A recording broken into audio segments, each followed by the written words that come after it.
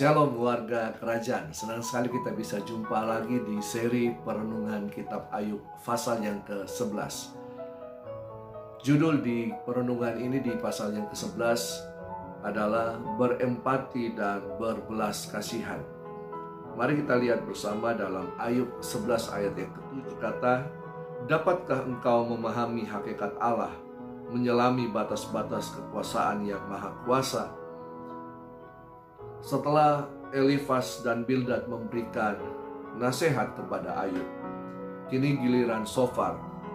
Tanpa tendeng aling-aling, Sofar langsung menyerang Ayub dengan mengatakan bahwa Ayub itu banyak bicara, pembual, merasa diri benar, tetapi bodoh.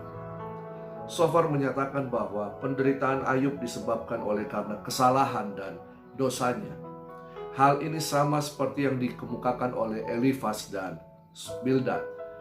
Suatu tuduhan yang terburu-buru terhadap penyebab penderitaan Ayub. Dan ini yang sering dilakukan oleh manusia sampai hari ini. Sofar menyatakan bahwa secara teologis bahwa dapatkah engkau memahami hakikat Allah, menyelami batas-batas kekuasaan yang maha kuasa? Tentu hal ini tidak mudah untuk dijawab. Karena bagaimana mungkin ciptaan dapat memahami Sang Pencipta?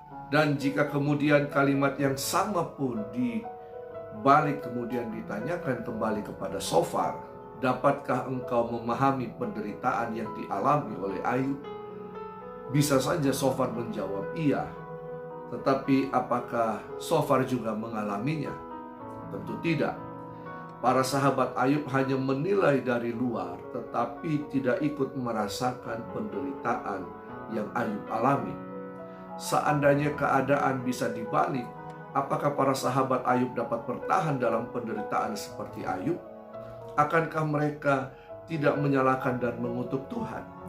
Mungkin yang tidak diketahui para sahabatnya adalah sudah berapa banyak kali Ayub memohon ampun kepada Tuhan, tetapi ia masih tetap berada di dalam penderitaan.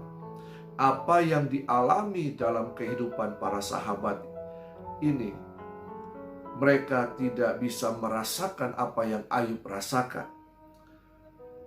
Empati dan belas kasihan harusnya kita berikan kepada mereka yang menderita.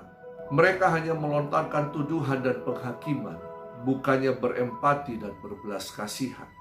Kekristenan cenderung bersikap seperti itu, kehilangan empati dan belas kasihan ketika seseorang yang awam ataupun para pemimpin jatuh dalam perbuatan dosa mereka, dalam penderitaan. Kita hanya menuduh mereka dan menghakimi mereka.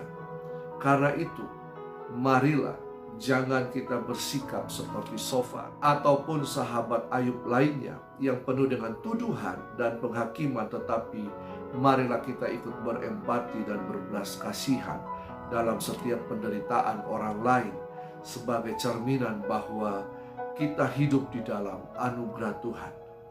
Warga kerajaan, hiduplah dalam anugerah Tuhan agar kita dapat berempati dan berbelas kasihan pada mereka yang hidup sedang dalam keadaan terpuruk.